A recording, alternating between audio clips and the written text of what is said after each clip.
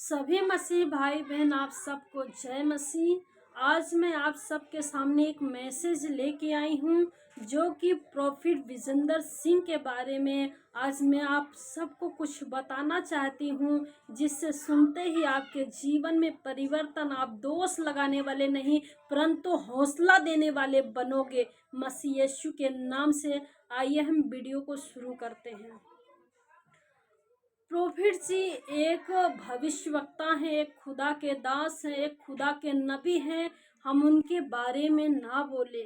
परमेश्वर ने उन्हें चुना है, संसार से अलग किया है लोगों को जीवन बचाने के लिए।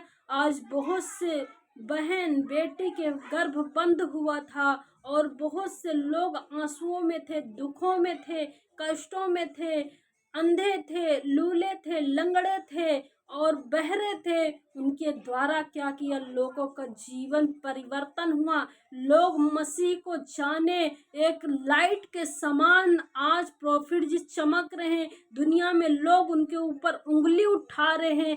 आज क्या करें, अगर सच्चाई की ओर आप जाओगे तो लोग आपको उंगली उठाएंगे। वही सच्चा मसीह होता है जिनके जीवन में कष्ट आता है, लोग विरोध करते हैं। लेकिन ध्यान दीजिए, आज जितने भी लोग विरोध कर रहे हैं और प्रॉफिट जी और चमकने वाले हैं और परमेश्वर के राज्य को तेजी के समान बढ़ाने वाले हैं। आप उनको एक मामूली से इंसान मत समझिए, क्योंकि परमेश्वर के नबी हैं, प्रोफेसी करने वाले व्यक्ति हैं। कल क्या होगा, आज क्या होगा, उन सब बातों को उनको पता है और पवित्र आत्मा उन्हें सब कुछ बातें बताता है। अगर हम प्रॉफिट विजेंदर जी के बारे में बोलते हैं तो परमेश्वर अपने नबियों को, अपने अभिषिक्तों को, अपने भविष्यवक्ता की क्या करता है, रक्षा करता है। जब परमेश्वर अपने दासों की कोई काम सौंपता है तो बड़ी सुरक्षा के साथ, बहुत ईमानदारी के साथ,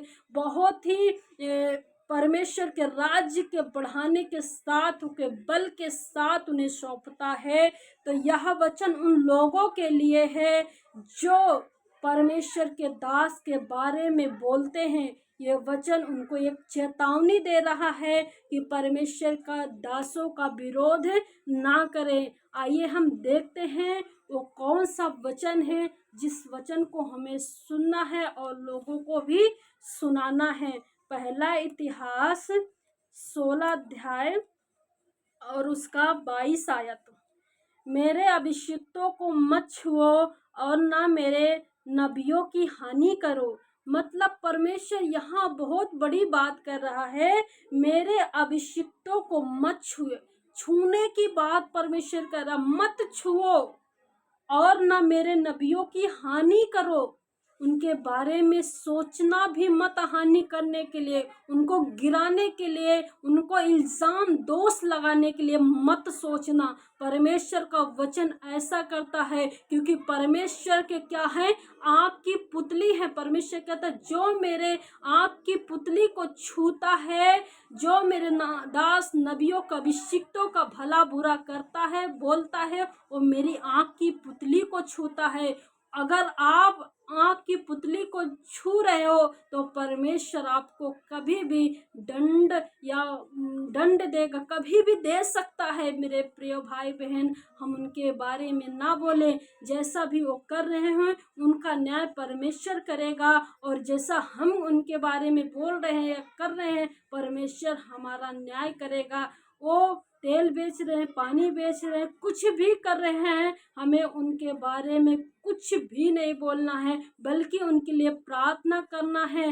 परमेश्वर के राज्य में वो बढ़ रहे हैं तो एक हौसला देना है, उनकी सपोर्ट करना है, उनके लिए प्रेयर करना है। परमेश्वर और उन्हें बढ़ाए और परमेश्वर के राज्य में वो बढ़ते जाएं। क्या हम मसीह भाई बहन का जीवन ऐसा ही दोष लगाने वाला, लड़ाई झगड़े करने वाला, भला या बुरा बोलने वाला नहीं। परमेश्वर हमें इन चीज़ों से करने से रोकता है।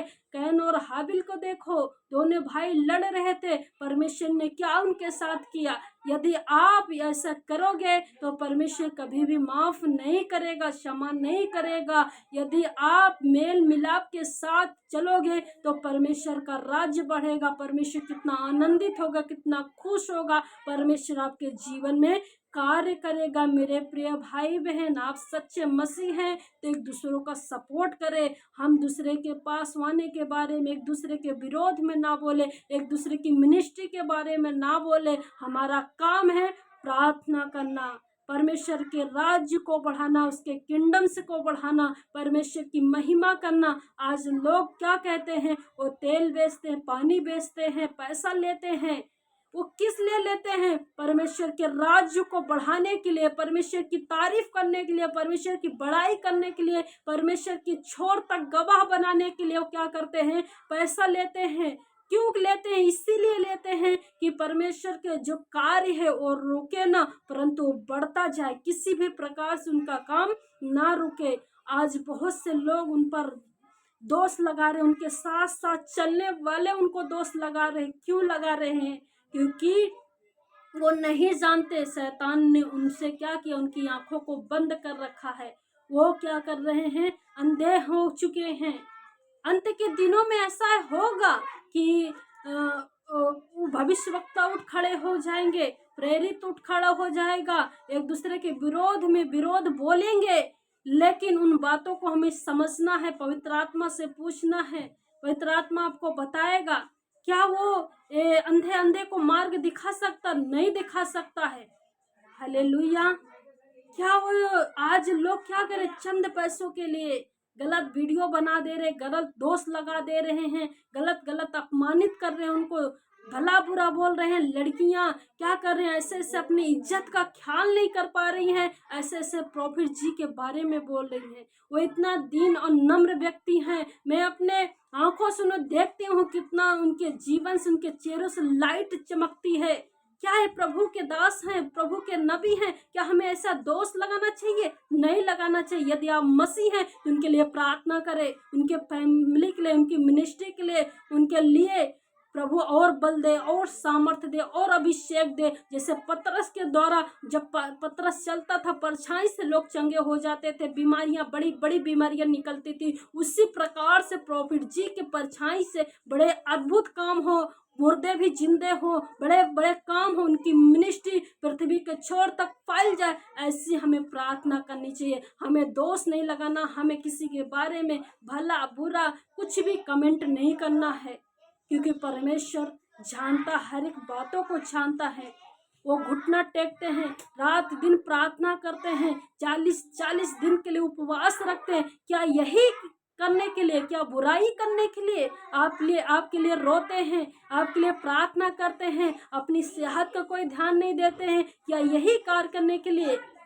हालेलुया। आपके लिए प्रार्थना करते, आपके लिए दुआ करते, आपके लिए रिक्वेस्ट जो आप डालते हो, प्रेयर करते हैं, तो उनके लिए हमें भला बुरा नहीं बोलना, उनके लिए दुआ करना है। उनसे और भी परमेश्वर बातचीत करे, और भी प्रोफेसी करे, परमेश्वर के राज्य को और बढ़ाए। तो यदि आप इस वचन को सुन रहे हैं तो आप अपने जीवन में धारण करेंगे, और परमेश्वर की सहायता से आप बहुत कुछ करने वाले हैं। आइए हम प्रार्थना करते हैं, आपके लिए धन्यवाद देते हैं। जीवित और सामर्थ्य खुदावन पिता परमेश्वर, जिन भाई बहनों ने प्रभु जी तेरे दास के बारे में खुदावन भला बुरा बोला है, प्रभु जी उन्हें क्षमा करना, माफ करना प्रभु जी, उनकी आत्मिक आंखों को खोलना प्रभु जी। और दोष लगाने वाले ना बने, परंतु प्रेम करने वाले बने, प्रार्थना करने वाले बने, परमेश्वर आपके राज्य को फैलाने वाले बने। खुदावन धन्यवाद देते पिता परमेश्वर, एक एक जन को खुदावन ब्लेस कर आशीष दे प्रभु जी। पिता परमेश्वर प्रॉफिट जी की मिनिस्ट्री की, उनकी सेवकाई को, उनके लीडर्स को, मिनिस्ट्री को खुदावन और बढ़ा, खुदावन उनके तंबू को चौड़ा कर, खुदावन उनके पिता परमेश्वर उनके जीवन से अद्भुत आश्चर्य कर्मों को और फैला, खुदावन आपके गवाहदार ठहरने पाए, और परमेश्वर उनकी मिनिस्ट्री चमकने वाली बने प्रभु जी। महिमा आपको मिले। धन्यवाद देते प्रभु, हिम्मत ताकत बल देना, सहने की क्षमता देना, सहनशीलता देना, धीरज देना खुदावन, महिमा आपको मिले राजा। जितने भी लोग सता रहे प्रभु, पिता परमेश्वर बदनाम करे प्रभु जी, उनके जीवन को भी ब्लेस करना खुदावन, पिता परमेश्वर उनके जीवन को आशीष दे खुदावन, वो पिता ऐसे गलत कार्य ना करे खुदावन, परंतु सपोर्ट करने वाले बने, महिमा आपको मिले राजा। धन्यवाद देते, सारी महिमा आदर आपको देते हैं, प्रार्थना को मसीह यीशु के नाम से मांगते हैं, आमीन आमीन। वीडियो को और भी शेयर करें और मित्र दोस्तों तक, ताकि परमेश्वर का राज्य बढ़े। और इस चैनल को पहली बार आए हैं, इस चैनल को सब्सक्राइब करें और परमेश्वर की महिमा हो, आमीन।